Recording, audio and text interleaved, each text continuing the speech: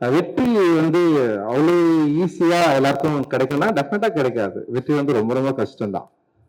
ஒரு படைப்பு வந்து வெற்றி கிடைக்கிறது வந்து இட் இஸ் நாட் அவ்வளோ ரொம்ப ஈஸியானது கிடையாது. இங்க பல இயக்குனர்கள் இருக்காங்க. இப்போ அமீரன் கூட இயக்குனரா இருந்து வெற்றி அடைஞ்சவர் தான். அண்ட் வந்து பசுபதியான ஆக்டரா இருந்து வெற்றி அடைஞ்சவர் தான். ஸோ வந்து ஒரு வெற்றிக்காக உழைக்கிறது, அந்த வெற்றி கிடைக்கும். அது கிடைச்சதுக்கு அப்புறம் கொண்டாடுறது. அப்படி அது ரொம்ப ரொம்ப சூப்பரா இருக்கும். அது வந்து எல்லா தனி மனிதனுக்கும் ஒரு கிடைக்கக்கூடிய ஒரு அனுபவம் அது. ஒரு ஒரு படைப்பை உருவாக்குற ஒரு கலைஞனுக்கு கிடைக்கக்கூடிய ஒரு அனுபவம். ஆனா ஒவ்வொரு படைப்பாளிக்கும் அந்த வெற்றியை பெறுவதில் சில என்ன சொல்றது உழைப்பு இருக்கும். சில சில விஷயங்களை நம்புவாங்க. சில பேர் ரொம்ப என்ன சொல்றது கிரியேட்டிவா தங்களுடைய கதை பலத்தை வந்து நம்பி இல்ல அந்த திரைக்கதை இல்ல அந்த லைஃப் ஸ்டைல் இதெல்லாம் நம்பி வந்து இந்த படம் ஓடும்னு சொல்லிட்டு வந்து நம்புவாங்க. பட் நான் வந்து சினிமாவுக்கு வர்றதுக்கு முன்னாடி என்னுடைய லைஃப்ப நான் பேசி படமா எடுத்து இங்க ஜெயிக்க முடியுமா அப்படின்றது வந்து கொஞ்சம் ஒரு சின்ன ஒரு யோசனை இங்க இருக்கதான் செஞ்சது, எனக்கு இருக்கதான் செஞ்சது. பட் ஆனா வந்து துணிஞ்சி படம் எடுத்துட்டு பார்த்துடலான்னு சொல்லிட்டு தான் நான் இண்டஸ்ட்ரிக்கே வந்தேன் நான். ஸோ அந்த வந்ததுல இருந்த இது யாராவது என்கிட்ட வந்து என்ன படம் எடுப்பேன்னு கேட்டா இருக்கிற திடீர்னு பதில் சொல்றதுக்கு முன்னாடி ஒரு பதட்டம் தொட்டிக்கும் எனக்கு. இதை பத்தி இவங்க கிட்ட பேசலாமா, இவங்க என்ன நினைப்பாங்க, இதை வந்து பாசிட்டிவா எடுத்துப்பாங்களா, இல்ல இதை வந்து எப்படி இதை உணர்வாங்க. நான் படம் தான் எடுக்க போறேன், தப்பான வேலை செய்ய போறது இல்லை. அண்ட் வந்து இந்த படத்துல வந்து இந்த சமூகத்துக்கு வந்து தவறான கருத்தை வந்து நம்ம சொல்ல போறது இல்லை. இந்த சமூகத்தில் இருக்கிற ஒரு 75 ஆண்டுகள சினிமா வரலாற்றுல பேசப்படாத மக்களை பற்றி பேச போறோம். ஆனா நமக்கு ஏன் பதட்டம் வருது? நம்ம கரெக்டா தானே வந்து வேலை செய்யறோம், கரெக்டா ஒரு நல்ல விஷயத்தை தான் நம்ம சொல்ல போறோம். ஆனா ஏன் எனக்கு பதட்டம் தொட்டிக்குது? ஏன் ஒரு இடம் புரியாத ஒரு ஒரு ப்ரெஷர் கிரியேட் ஆகுது அப்படின்னு எனக்கு வந்து சத்தியமா தெரியவே இல்லை. பட் ஆனா வந்து அது ஏன்னு நமக்கு எல்லாருக்குமே தெரியும். இப்போ வந்து பொதுவாக கிராமப்புறங்களில் வசிக்கிறவங்களுக்கு வந்து ரொம்ப இயல்பா தெரிஞ்சிடும். அது ஒரு ஊருக்கு ரெண்டு ரெண்டு தனியா பிரிஞ்சிருக்கிறப்போ ஒரு பொருளில் இருக்கிற ஒரு ஒரு பொருளை வந்து பங்கு போறது இல்லை, இல்லை உரிமை கோருறது இல்லை, எப்பவுமே வந்து ஒரு சின்ன ப்ரெஷர் இருந்துகிட்டே இருக்கும். ஸோ இப்போ நான் வந்து அப்படி ஒரு காலனிலேருந்து வந்திருக்கிறேன். ஸோ மாரி சொல்றாங்க அப்படி ஒரு காலனிலேருந்து வந்திருக்கிறான்னு வச்சுங்களேன். ஸோ அப்படி இருந்த ஒரு காலனியில வந்து யாருக்கிட்ட எதை பேச போறோம் அப்படின்றது வந்து ரொம்ப முக்கியமா இருந்தது. யார்கிட்ட எதை பேச போறோம்? இப்போ வந்து இப்ப நான் வந்து என்னுடைய உரிமையை நான் எங்க கேட்கிறேன்னா பொதுவுல கேட்கிறேன். பொது என்பது என்னன்னா இங்க வந்து ஒரு ஊரா இருக்கு. ஊர்ல வந்து பல தரப்பட்ட சாதிகள் வசிக்கிற ஒரு பகுதியா இருக்கு. அப்ப அங்க போயிட்டு நான் என்னுடைய உரிமை கேட்கிறப்ப ஃபர்ஸ்ட் என்னவா தோணும்னா வந்து நீ எதுக்கு இங்க வந்து கேட்கிற, நீ வந்து இங்க வந்து பேசலாமா, உனக்கு இப்ப எல்லாரும் நம்ம எல்லாரும் ஒன்னா தானே இருக்கிறோம், நீ அங்க ஒழுங்கா இருந்துடலாம்ல, நீ எதுக்கு இங்க வந்து இது பேசி பிரச்சனையா மாத்துற, இது பிரச்சனையா பேசலன்னா இவ்வளவு நாள் எல்லாரும் வந்து நல்லா ஜாலியா சந்தோஷமா தானே இருந்தோம். நீ அங்க இருக்கிற, நான் இங்க இருக்கிறேன். நீ கோயில் திருவிழாக்கு வரியா, நீ அங்க இரு, நீ வரையா இது வந்து இது பார்த்துக்கோ. ஊர் பொது கிணத்துல வந்து நீ தண்ணி எடுக்க கூடாது, இல்ல ஊர் குளத்துல வந்து உனக்கு உரிமை கிடையாது, ஊர் பொது சொத்துல உனக்கு வந்து உனக்கு உரிமை கிடையாது. நான் உரிமைன்னு நான் கேட்டேன்னு வச்சுக்கேன், அங்க வந்து ஒரு பிரச்சனை ஸ்டார்ட் ஆகுது. இது எப்படி நீ வந்து கேட்கலாம்? இத்தனை நாள் உனக்கு வந்து இது வந்து நான் கொடுக்கவே இல்லையே, நீ வந்து இவ்வளவு நாள் கலாச்சாரத்தை ஒரு பண்பாடை நீ எப்படி வந்து மீற முடியும் அப்படின்னு சொல்லிட்டு பல பிரச்சனைகள் உருவாகிறத நம்ம வந்து பார்த்திருக்கிறோம்.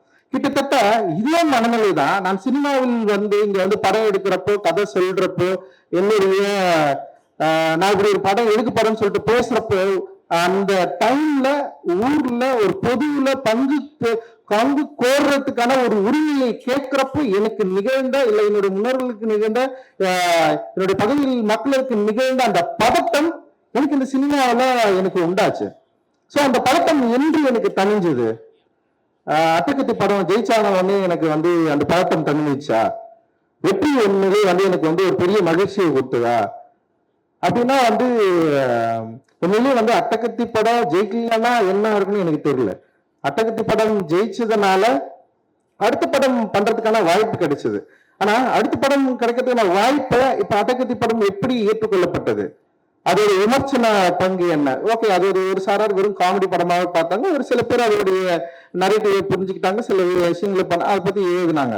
ஆனா நட்ராஜ் வந்து எப்படின்னா எல்லாராலும் கொண்டாடப்பட்டதுன்னு பேசப்பட்டாலுமே கூட அப்பதான் வந்து இது குறியீடுகளை பற்றி வந்து பேச ஆரம்பிக்கிறாங்க. ஸோ அது வரைக்கும் வந்து ரஞ்சித் என்ற ஒரு இயக்குனரா இருந்தாரு. அப்புறம் மெட்ராஸ்க்கு அப்புறம் வந்து திரும்ப வந்து வேற ஒரு படம் இயக்கியிருக்காரு. ஒரு முழு அரசியல் திரைப்படம்னு சொல்லிட்டு எல்லாருமே ஏத்துக்கிட்டாங்க. அந்த முழு அரசியல் திரைப்படம் ஏத்துக்கிட்டதுக்கு அப்புறம் வந்து பல விவாதங்கள் வந்து அப்ப உருவாச்சு. நல்லா எனக்கு ஞாபகம் இருக்கு, வந்து ஒருத்தர் எழுதினாரு, மெட்ராஸின் டைட்டில் வச்சு எவ்வளவு திமுறா ஒருத்தன் படம் எடுத்திருக்கான், ஹிந்துல வந்தது. எனக்கு நல்லா ஞாபகம் இருக்கு. எப்படி இந்த படத்தை வந்து விட்டாங்க வெளியே. இதே வந்து பாம்பேல போயிட்டு பாம்பேன்னு சொல்லிட்டு படம் எடுத்தா அங்க இருக்கிற வந்து எல்லாம் அச்சு காலி பண்ணிருப்பாங்க, ஓட விட்டுருக்க மாட்டாங்க. ஆனா இவங்க வந்து பாரு மெட்ராஸ்னு ஒரு படம் எடுக்கிறான்னு சொன்னாங்க. எனக்கு ரொம்ப புதுசா இருந்தது. இப்படி ஒரு நெகட்டிவ் எப்படி இவங்களால உருவாக்க முடிஞ்சது. அப்ப வந்து அப்பதான் வந்து என்னன்னா ஓகே இதுல இந்த குறியீடுல இதை பயன்படுத்திருக்காங்கன்னு சொல்லிட்டு எனக்கு வந்து எதிர்மறை விமர்சனங்கள் நிறைய வர ஆரம்பிச்சது. அண்ட் வந்து கபாலி வந்த உடனே வந்து அது பிளாஸ்ட் ஆயிடுச்சு, வெடிச்சு செதறிச்சு. அப்படி அதுல வந்து ஒரு படம், ஒரு இயக்குனர், ஒரு நடிகரை வச்சு, சூப்பர் ஸ்டார் வச்சு படம் எடுத்திருக்காரு. ஆனா மெட்ராஸ்ல ஒரு படம் நான் பண்ணலன்னா சூப்பர் ஸ்டார் ரஜினிகாந்த் எனக்கு அந்த படத்தை வாய்ப்பு கொடுத்துருப்பாரா? ஆனா ஒவ்வொரு முறையும் வந்து விமர்சனம் வரப்ப வந்து உனக்கெல்லாம் ரஜினி வாய்ப்பு கொடுத்தாரு பத்தியா, ரஜினிகாந்தை வச்சு நீங்க வந்து எப்படி இந்த டைலாக்க பேசலாம், எந்த டைலாக்க பேசலாம்? அவ்வளவு மோசமா பயங்கர பிளாஸ்டா வந்து வெடிச்ச உடனே வந்து நான் என்ன பண்றதுன்னு எனக்கு தெரியல. எனக்கு நான் அப்போ வந்து மெட்ராஸ் கொண்டாடுற மாதிரி வந்து கபாலியை வந்து இங்க உண்மையிலேயே வந்து கபாலியுடைய வெற்றி அப்படின்றது வந்து தயாரிப்பாளர் தானுக்கு தெரியும். மற்ற படங்களுக்கு ஃபர்ஸ்ட் வந்து படம் ரிலீஸ் ஆகிறதுக்கு முன்னாடி 100 கோடி ரூபாய் லாபம் ஈட்டின படம் வந்து கபாலி. ஒரு படம் வணிக ரீதியா வெற்றி பெற்றது மட்டும்தான் இங்க வெற்றியானா, பல படங்கள் வணிக ரீதியா வெற்றி பெற்று கொண்டாடப்பட்டிருக்கு. இங்க விமர்சனம் மிக மோசமாக விமர்சிக்கப்பட்டாலும் அந்த படம் வெற்றி படமா வணிக ரீதியில வந்து பெரிய அளவுல கலெக்ட் ஆச்சுன்னா வெற்றி படமா கொண்டாடப்பட்டிருக்கு. ஆனா கபாலி வந்து இவர்கள் வந்து மிக மோசமா அமைச்சிட்டாங்க. ரஜினியை வந்து எப்படி நீ வந்து ஒரு எஸ்சி டைலாக் வந்து வச்சு பேசலாம், எப்படி ரஜினிக்குள்ள வந்து ஜாதியை கொண்டு வரலாம்? எனக்கு உண்மையிலேயே வந்து அதை எப்படி கையாளுறதுன்னு எனக்கு தெரியல. அந்த படத்தை வந்து எனக்கு வந்து பயங்கரம் பத்துக்குச்சு. எனக்கு என்ன பிரச்சனைனா, கபாலி படம் வெற்றி படம் தோல்வி படம் என்பதல்ல என்னோட பிரச்சனை. இதுக்கு பிறகு இந்த மாதிரியான படங்கள் எடுக்கவே முடியாதா? யாராவது எடுக்க வந்தா இப்படி ஒரு சிக்கல் வருமா? ஏன்னா தமிழ் சமூகத்துல பயங்கரமான டிஸ்கஷன் நடந்துச்சு எனக்கு. அந்த சினிமாவில் வந்து எப்படி சினிமாவில் நீங்க இதை பேசலாம், எப்படி நீங்க சினிமாவில் இதை பேசலாம், எப்படி நீங்க சினிமாவில் பேசலாம் எனக்கு புரியல. அப்பதான் நான் யோசிச்சேன், அப்ப இதுக்கு முன்னாடி இருக்கிற சினிமாக்களை, என்னை மறந்த சினிமாக்களை, என்னை ரொம்ப மோசமா சித்தரிச்ச சினிமாக்களை, என்னை வந்து ரொம்ப இழிவாக பேசுற சினிமாக்கள் இத்தனை நாட்கள் என்ன பண்ணாங்க இத்தனை வருஷமா? இவர்கள் எல்லாம் ஏன் இவர்களுக்கு குரல் கொடுக்கல? இவங்க ஏன் இவங்களை பத்தி கேட்கவே இல்லை? இவங்க அதை பத்தி பேசவே இல்லை? அப்ப நான் என்ன பண்றேன்னா, நான் ஒரு புது என்னோட லைஃப், என்னோட வாழ்க்கையை நான் உங்களுக்கு காட்டுறதுக்காக நான் ஒரு திரைப்படம் எடுக்கிறேன். அதுவும் வணிக ரீதியா வெற்றி பெற்ற ஒரு திரைப்படமா அது இருக்கு. ஆனா மிக மோசமா சித்தரிக்கப்பட்டது. அதோடைய திரைக்கதை அமைப்பை பற்றி பேசுவதற்கிட்ட நான் வந்து டெஃபினட்டா நான் வந்து ஒத்துக்கிறேன். அதோட திரைப்பட குறைவு, அதாவது திரையாக்கம் குறைபாடுகளை வந்து நான் வந்து மனப்பூர்வமாக ஏற்றுக்கொள்கிறேன். ஆனால் ஒரு நடிகரை நீ எப்படி பேச வைக்கலாம், எப்படி இந்த கண்டென்ட்டை பேச வைக்கலாம்? மற்றபடி சூப்பர் ஸ்டார் ரஜினிகாந்த் அவர்கள் நடித்த மற்ற எல்லா படங்களும் உங்களுக்கு வந்து சம சூப்பராக எனக்கு தெரியவே இல்லை. உண்மையிலே எனக்கு பயங்கர குழப்பம் வந்தது. ஆனா நல்ல பார்க்க திரும்பவும் வந்து சூப்பர் ஸ்டார் ரஜினிகாந்த் அவர்கள், நான் கபாலி படம் நல்லா இயக்குனன்னு அவர் நம்பினாரு. அந்த படம் ரொம்ப நல்ல படம் அவர் நம்பினாரு. அந்த படம் மிகப்பெரிய வெற்றி படம் நம்பி எனக்கு வந்து திரும்பவும் காலாண்ட ஒரு படம் கொடுத்தாரு. இந்த நேரத்தில் நீங்க நல்லா யோசிக்கலாம். இப்படி ஒரு நடிகர் திரும்பவும் ஒரு இயக்குனரை கூப்பிட்டு ஒரு படம் பண்ணுன்னு சொல்றப்போ, அந்த இயக்குனர் வந்து இந்த சமூகம் வந்து அடி பிளாஸ்ட் ஆகி பயங்கரம் விமர்சித்து பிறகும் நான் ஏன் காலான்னு ஒரு படம் எடுக்கணும்? இப்ப அந்த காலா படம் எடுக்கிறது மூலமா நான் என்ன சொல்ல ட்ரை பண்றேன்? இந்த சமூகத்துல என்ன நரேஷன் நம்ம கிரியேட் பண்றோம்? ஒரு நில உரிமையை பத்தி அவரை வச்சு நான் பேசுறேன். ஒரு பெரிய ஸ்டார் எனக்கு கிடைக்கிறாரு. அந்த பெரிய ஸ்டாரை வச்சு நான் திரும்பவும் ஏதோ ஒரு கமர்ஷியலான ஒரு படத்தை எடுத்து நம்ம வந்து என்னுடைய லைஃப் ஸ்டைல வந்து மாத்திக்கக்கூடிய பெரிய பணங்களை சம்பாதிச்சு நான் போயிருக்கலாம். பட் ஆனா நான் என்ன ட்ரை பண்றேன்னா, திரும்பவும் வந்து சூப்பர் ஸ்டார் ரஜினிகாந்தை அவர்களை வைத்து நிலமற்ற மக்களுக்கு நில உரிமை கோருதலை பற்றி ஒரு விஷயத்தை வந்து நான் பேச நான் ட்ரை பண்றேன். பட் அந்த டைம்ல பல்வேறு சூழல்கள் இருந்தது. பட் திரும்பவும் வந்து அதேதான், நீ வந்து ராவணனை எப்படி ஹீரோவா காட்டலாம் அப்படின்னு ஒரு பெரிய டிஸ்கஷன் கிரியேட் ஆயிடுச்சு. ஸோ நல்ல ஞாபகம் இருக்கு, ஒவ்வொரு படமும் ரிலீஸ் ஆனது பிறகு வெற்றி தோல்வியை விட இந்த சமூகம் இதை எப்படி புரிந்து கொள்கிறது, இந்த சமூகம் இதை எப்படி ஏற்றுக்கொள்கிறது? அப்படின்னு பாக்குறப்ப வந்து நான் ஒரு காஸ்டிஸ்ட்னு சொல்லிட்டு முத்திர குத்துனாங்க. ரஞ்சித் ஒரு சாதி வெறியன், ரஞ்சித் ஒரு காஸ்டிஸ்ட். என்னைக்காவது ஏதாவது ஒரு இடத்துல அந்த சாதியை பற்றி பெருமிதமா, நான் இந்த சாதியிலிருந்து வந்தவன், நான் இவ்வளவு வெறி பிடிச்சேன், நான் 10 பேரை வெட்டுவேன், என் படத்துல வந்து நான் வெட்டினா மார்ல தான் வெட்டுவேன், முதுகுல வெட்டு, என்னைக்காவது என் படத்துல ஏதாவது டயலாக் நீங்க பார்த்திருப்பீங்க? கிடையாது, கிடையாது. எந்த சாதியை வந்து மிக மோசமாக வந்து என்னை விட கீழானது அப்படின்னு சொல்லிட்டு நான் எங்க விமர்சித்திருக்கேன்? எந்த மனிதர்களை நான் மோசமா சித்தரிச்சிருக்கேன் என்னோட திரைப்படங்கள்ல? என்னோட திரைப்படங்கள்ல வந்து பெண்ணியத்தையும் பெண்களையும் மற்ற என்ன சொல்றது நிறைய ஸ்டீரியோடைபிக் இமேஜை உடைச்சிருக்கிறோம். ஒரு ஈக்குவாலிட்டியை பேணுகிற, ஈக்குவாலிட்டியை வந்து விரும்புகிற ஒரு சமூகத்தை உருவாக்க வேண்டும் ஒரு பெரிய கனவு இருக்கு எனக்கு. ஸோ அந்த கனவின் அடிப்படையில தான் அந்த திரைப்படத்தை வந்து உருவாக்குறோம். ஸோ அப்படி நான் பார்த்தோம் தான் மாரி செல்வராஜ். மாரி செல்வராஜுடைய பரியேறும் பெருமாள். எனக்கு உண்மையிலேயே வந்து பரியேறும் பெருமாளை வந்து நான் பண்ண வேண்டிய திரைப்படமா இல்லை, அதுவா வந்து சேர்ந்தது. நான் அது படம் பண்ணேன். அந்த படம் வந்து ஒரு பெரிய ஒரு டிஸ்கஷனை கிரியேட் ஆச்சு. அந்த டிஸ்கஷன் கிரியேட் ஆனோடனே என்ன இங்க நடந்ததுன்னா, திடீர்னு வந்து என்ன நடந்துச்சுன்னா வந்து மாரி செல்வராஜ் மொழி வேற, ரஞ்சித்தோட மொழி வேற. உடனே வந்து 2 மொழியை வந்து 2 பார்வையை உருவாக்குறது. அந்த இந்த படத்துல எப்படி இது பேசியிருக்குது பாரு அப்படின்னு சொல்றது. பட் ஆனா வந்து என்ன நல்ல விஷயம் நடந்ததுன்னா, ஒரு குரல் இருக்கிற இடத்துல இன்னொரு குரல் ஓப்பன் ஆச்சு. அது ரொம்ப எனக்கு வந்து கொஞ்சம் பாரம் குறைஞ்சது. பரவாயில்ல, ஒருத்தனை திட்டத்துல இன்னொருத்தர் திட்டுவாங்கடா அப்படின்னு சொல்லிட்டு. சோ அந்த நேரத்துல வந்து வெற்றி சார் ஒரு படம் எடுத்துட்டாரு, அசுரன் சொல்லிட்டு. சோ 3 பேர் திட்டதான் மாறிடுச்சு. பயங்கரமா இருந்தது. எப்பவுமே என் போட்டோ மட்டும் தான் இருக்கும், திட்டம் இருக்கலாம். அப்புறம் வந்து மாரி செல்வராஜ் போட்டோ இருந்தது. அந்த படம் பார்த்தா வெற்றி சார் வந்து வந்துட்டாரு. 3 போட்டோ எங்க பார்த்தாலும். அந்த 3 போட்டோவை வந்து இப்போ வரைக்கும் திட்டிட்டு இருப்பாரு. இப்போ காந்தாரா, இப்போ எப்பவுமே பெரிய படங்கள் வந்து வெற்றி அடைஞ்ச உடனே வந்து தமிழ் சினிமா ரசிகர்களுக்கு வந்து தமிழ் சினிமா 3 இயக்குநர்கள் போட்டோ வந்துடும்.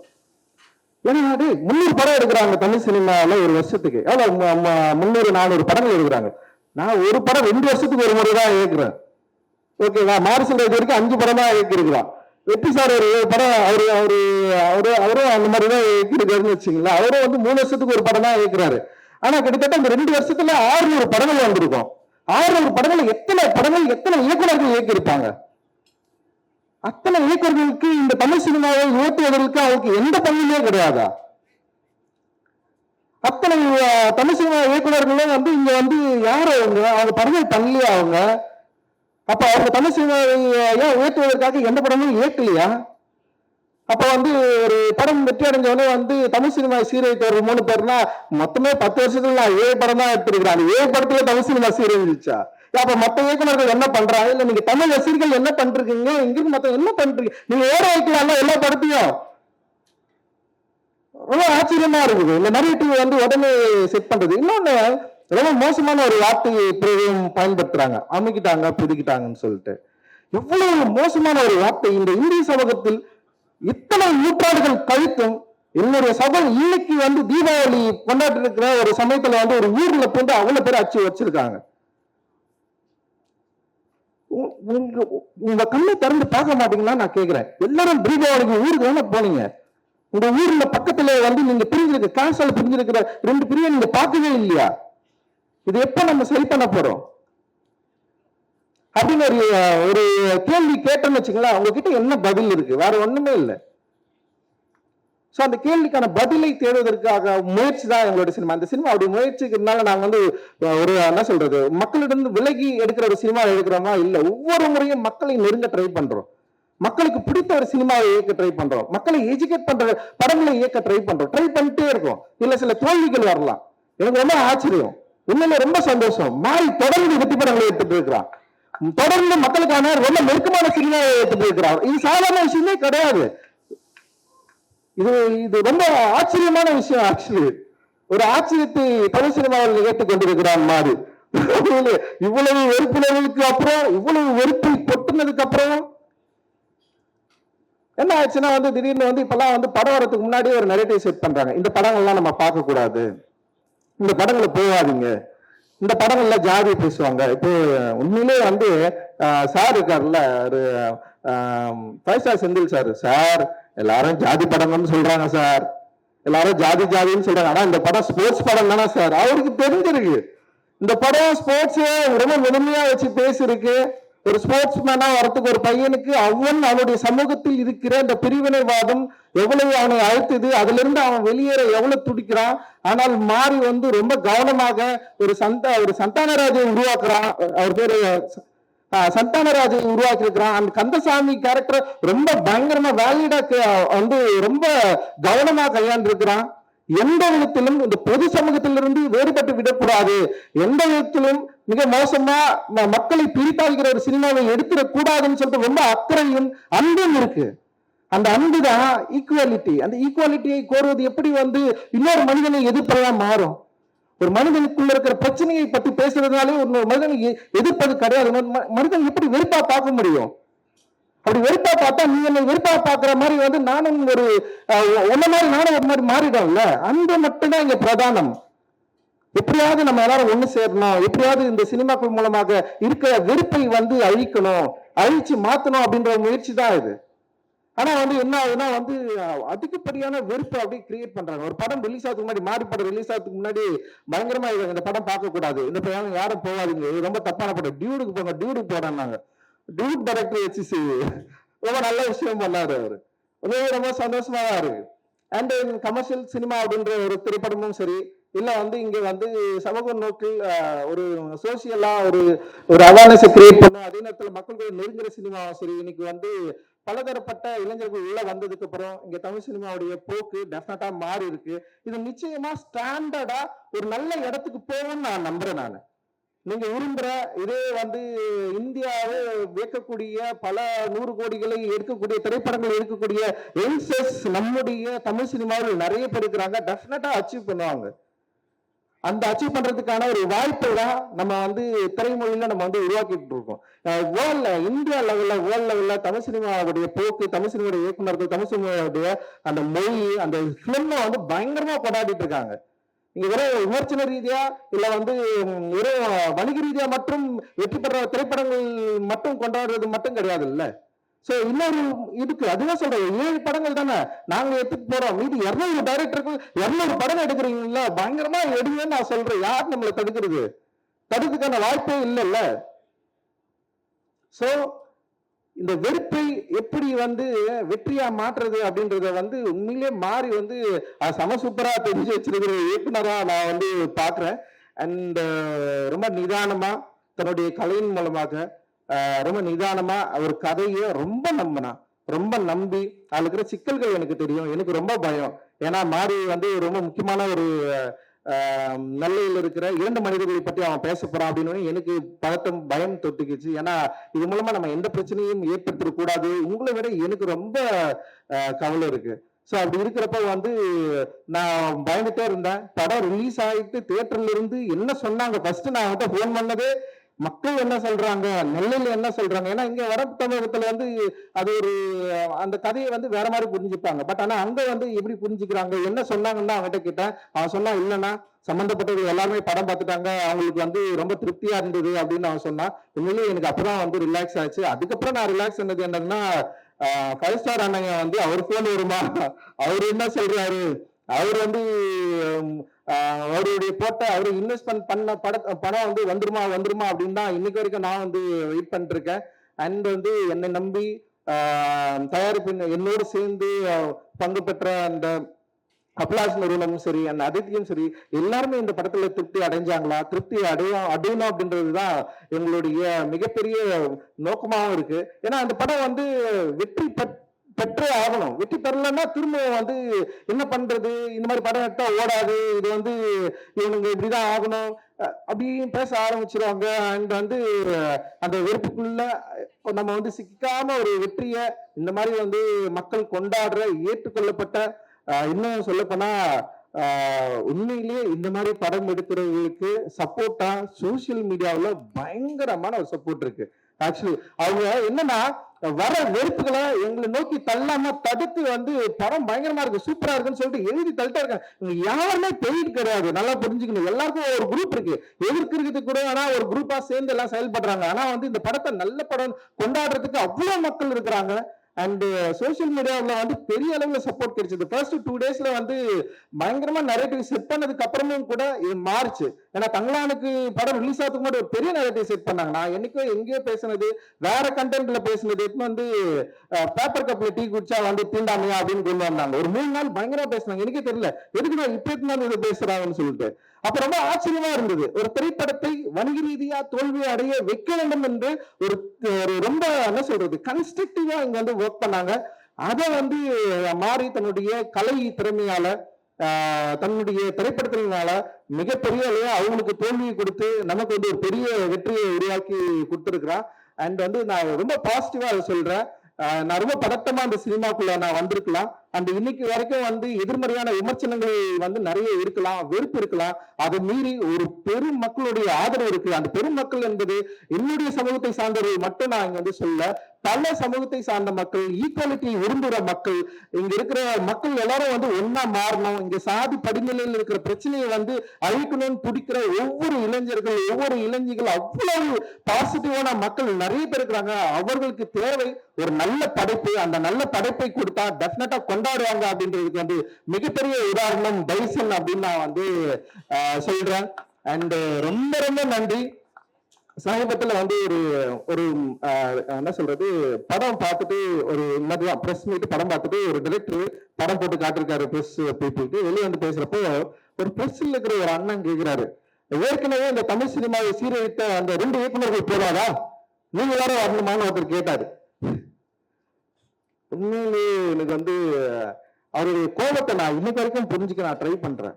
ஏற்கனவே தமிழ் சினிமாவை சீரழித்த 2 இயக்குநர்கள், சில 3 இயக்குநர்கள் அப்படின்றப்போ நான் இன்னும் பக்குவப்பட நான் ட்ரை பண்றேன். ஓகே, அவங்க வந்து உங்களுடைய கோபத்தை நான் புரிந்து கொள்ள ட்ரை பண்றேன். புரிந்து கொண்டு உங்களுடைய கோபத்துக்கு பயந்து நான் படம் எடுக்காம போறது இல்லை, மாறியே படம் எடுக்காம போறது இல்லை, இங்க இருக்கிறவங்க யாருமே படம் எடுக்காம போறது இல்லை. பட் உங்க கோபத்தை புரிந்து கொண்டு உங்கள் கோபத்தோடு எதிர் நின்று சமராடுவதற்கான மனநிலை உள்ள ஒரு திரைப்படத்தை உருவாக்குவதற்கு தான் எங்களுடைய நோக்கமே தவிர உடனே வந்து விட்டு ஓடுறது கிடையாது எங்களுடைய நோக்கம்.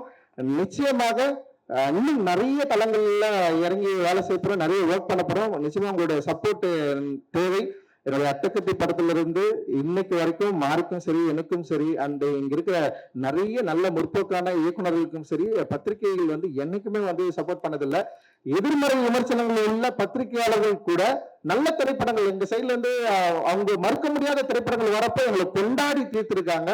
எனக்கு தெரியும் நிறைய பத்திரிகைகளுக்கு என்னால வந்து நிறைய எதிர்மறையான எண்ணங்கள் இருக்கு. அவங்க நிறைய திட்டி தீர்த்திருக்காங்க, எழுதியிருக்காங்க, பக்கம் பக்கமா என்னென்னவோ பேசியிருக்காங்க. பட் அவங்க எல்லாருமே வந்து இன்னைக்கு வந்து பைசனை கொண்டாடியதை நான் பார்த்தேன், பைசனை எழுதி பாராட்டினதை நான் வந்து பார்த்தேன். அண்ட் இந்த படத்தில் இருக்கிற பிரச்சனையை சரியா புரிந்து கொண்டு பேசினதை நான் வந்து பார்த்தேன். ஸோ இதுதான் அதாவது திட்டியவர்கள் கூட பாராட்டுற ஒரு மனநிலையை உருவாக்கக்கூடிய ஒரு சினிமாவை தொடர்ந்து எடுத்துக்கொண்டிருக்கிறோம் அப்படின்ற பெரிய மகிழ்ச்சியும் சந்தோஷமும் இருக்கு. அதே நேரத்துல மக்களுக்கு பயன்படக்கூடிய அண்ட் அதே நேரத்துல வந்து தயாரிப்பாளர்கள் வந்து எங்களை நம்பி இன்வெஸ்ட் பண்றவங்க வந்து அவங்களுடைய முகம் எப்பவுமே மலர்ச்சியா இருக்கக்கூடிய, சந்தோஷமா இருக்கக்கூடிய, திரும்பவும் அந்த பணத்தை வந்து எடுத்துக்கக்கூடிய, ரொம்ப கவனமா இருக்கக்கூடிய சில அந்த மாதிரியான படங்கள் தான் நாங்க வந்து தொடர்ந்து எடுத்துட்டு இருக்கிறோம். அண்ட் இப்படி ஒரு வாய்ப்பை எங்களுக்கு நல்கி கொண்டிருக்கிற, இப்படி ஒரு வெற்றியை எங்களுக்கு தொடர்ந்து அளித்துக் கொண்டிருக்கிற திரை ரசிக பெருமக்களுக்கும் தமிழக மக்களுக்கும் அண்ட் வந்து இங்க இருக்கிற ஒட்டுமொத்த பத்திரிகையாளர்களுக்கும் எங்களோடு தொடர்ந்து வேலை செய்து கொண்டிருக்கிற டெக்னீஷியன்ஸ், ஈச் கிராஃப்ட் இருக்காங்க, நிறைய பேர் இருக்காங்க. ஒரு நீளம் வந்து இன்னைக்கு வந்து ஒரு பெரிய ஒரு நிறுவனமா மாறி இருக்கு. அவ்வளவு பேர் வந்து ஒர்க் பண்றாங்க, அவ்வளவு பேர் சப்போர்ட் பண்றாங்க. எங்களுடைய ஒர்க்கிங் ஸ்பேஸ் வந்து மேக்சிமம் நாங்க வந்து ஒரு ஈக்குவாலிட்டியை வந்து எங்களால முடிஞ்ச அளவுக்கு நாங்க ட்ரை பண்றோம். ஒர்க் ஸ்பேஸ்ல நாங்க வந்து ட்ரை பண்றோம். ஸோ அது வந்து சமூகத்திலும் பரவணும். அண்ட் திரைத்துறையிலும் வந்து மிக மலர்ச்சியோடு எங்களோட திரைப்படங்கள் வரப்போ ஏத்துக்கணும். படம் நல்லா இல்லைன்னா நல்லா இல்லைன்னு திட்டுங்க, நல்லா இருக்குன்னா நல்லாவும் பாராட்டுங்க. ஆனா படமே எடுக்கக்கூடாதுன்ற ஒரு எண்ணத்தை நீங்கள் கைவிடுவது நல்லது அப்படின்னு சொல்லிட்டு இந்த நேரத்துல உங்களுக்கு வந்து நான் சொல்லி விடைபெறுகிறேன். நன்றி, மகிழ்ச்சி. தேங்க்யூ, ரொம்ப நன்றி எல்லாருக்கும்.